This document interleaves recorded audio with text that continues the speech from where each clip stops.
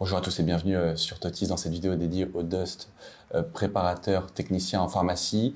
Aujourd'hui, j'ai le plaisir d'accueillir Christophe Magnoul, qui est responsable de la communication au sein du CFPP et ancien préparateur en pharmacie. Bonjour Christophe. Bonjour. Merci d'être avec nous. Merci de m'accueillir.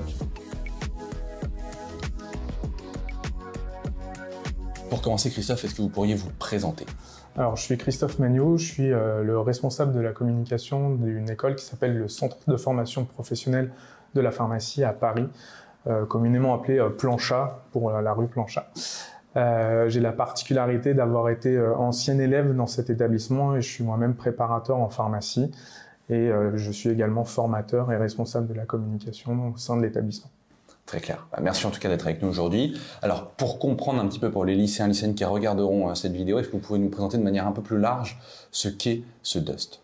Alors, le DUST, préparateur technicien en pharmacie, c'est en fait un nouveau diplôme qui arrive suite à la réforme d'un plus ancien diplôme qui était tout simplement le brevet professionnel de préparateur en pharmacie qui souffrait d'une énorme incohérence puisque le brevet professionnel de préparateur en pharmacie était un diplôme de niveau 4, donc de niveau bac, et on demandait aux étudiants pour rentrer dans ce brevet professionnel d'avoir un bac. Donc une espèce d'incohérence qu'on n'a jamais trop compris. Et donc pendant 20 ans, la profession s'est battue pour avoir une réforme qui est enfin arrivée. Et du coup, le DUST rétablit les choses puisque on accueille des étudiants en post-bac et qui ressortent avec un DUST qui est bien un bac plus 2. D'accord. Donc justement, comment est-ce que ça s'organise, peut-être pour comparer par rapport à une fac ou à un BTS, comment ça va s'organiser, donc la formation au niveau des matières, un peu du système d'organisation? Alors, ce qui est important de comprendre, c'est que le DUST n'a pas changé l'organisation qui était prévue avec le brevet professionnel, ça reste un diplôme en alternance. Donc 2 ans en alternance à raison de 2 jours de cours par semaine et 3 jours de présence en entreprise. Le grand chamboulement en fait du DUST, c'est surtout l'universitarisation des études et donc la méthode d'obtention du diplôme qui change. C'est-à-dire qu'avant, en brevet professionnel, c'était un examen terminal. Donc on révisait toutes les matières et on passait un examen final et on obtenait si on avait la moyenne. Aujourd'hui, le DUST, c'est schéma universitaire, donc des contrôles continus, des partiels, et sur 2 ans, donc 4 semestres à valider pour obtenir le diplôme. Très clair, merci beaucoup. Alors souvent, nous, on a des étudiants qui nous contactent en disant « j'hésite moi entre faire des études de pharmacie, peut-être des études un peu moins longues ».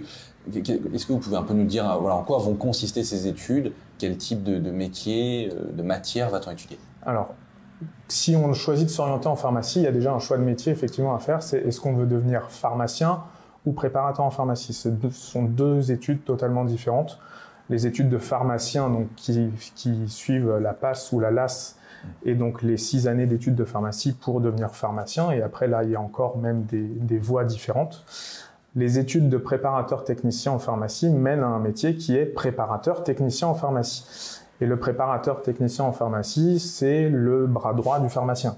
Voilà. C'est le seul en France, le seul métier qui est autorisé à délivrer des médicaments au public aux côtés des pharmaciens. Très clair. Et alors justement, en termes de profil, qu'est-ce que vous allez rechercher? Donc si je comprends bien, donc l'admission se fait en post-bac, mais est-ce qu'il y a des spécialités au lycée, des bacs à privilégier? Alors forcément, avec cette étiquette de pharmacie, on va rechercher tous les étudiants qui ont un profil scientifique, c'est sûr, donc toutes les options sciences sont intéressantes. On va privilégier le bac type S, on va dire ça comme ça, mais aussi les bacs techno type ST2S sont intéressants. Il y a aussi un bac pro qui est intéressant, qui est le bac pro SSP, parce que des affinités quand même avec le social qui sont intéressantes dans ces métiers-là. D'accord, très clair.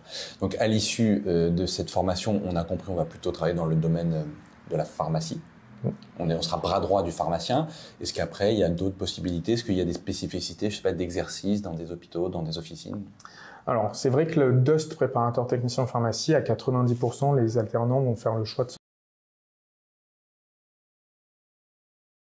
C'est pas le seul endroit où on peut exercer à l'hôpital. Et il est prévu, après le DUST, la mise en place d'une licence qui va donner une spécialisation hospitalière, qui existe déjà en fait, mais qui actuellement connaît aussi sa propre réforme, qui est consécutive au DUST.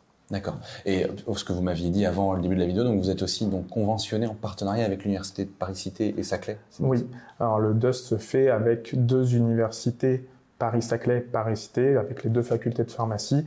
C'est le même diplôme à la fin. Chaque faculté a ses spécificités, mais c'est bien le même diplôme, le même étiqueté selon la faculté.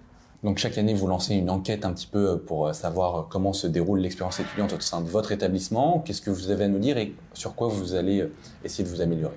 Alors c'est effectivement quelque chose qui est important chez nous au CFPP, d'essayer de constamment rentrer dans une démarche d'amélioration, et on est accompagné par Choose My Company qui nous permet chaque année de solliciter les étudiants de manière anonyme par le biais d'une enquête de satisfaction. Donc ils peuvent s'exprimer sur plein de choses différentes. Ça nous permet à nous d'identifier nos points forts, nos points faibles, nos axes d'amélioration, et de savoir sur quoi on doit potentialiser ou chercher à s'améliorer justement. Ça nous a permis notamment l'année dernière d'être classé 12e CFA en matière de RSE en France. Donc petite fierté pour le CFPP. On espère que cette vidéo vous aura plu, et puis si vous avez besoin de davantage d'informations, n'hésitez pas à vous rendre sur le site du CFPP. À très vite sur Totis, au revoir. Au revoir.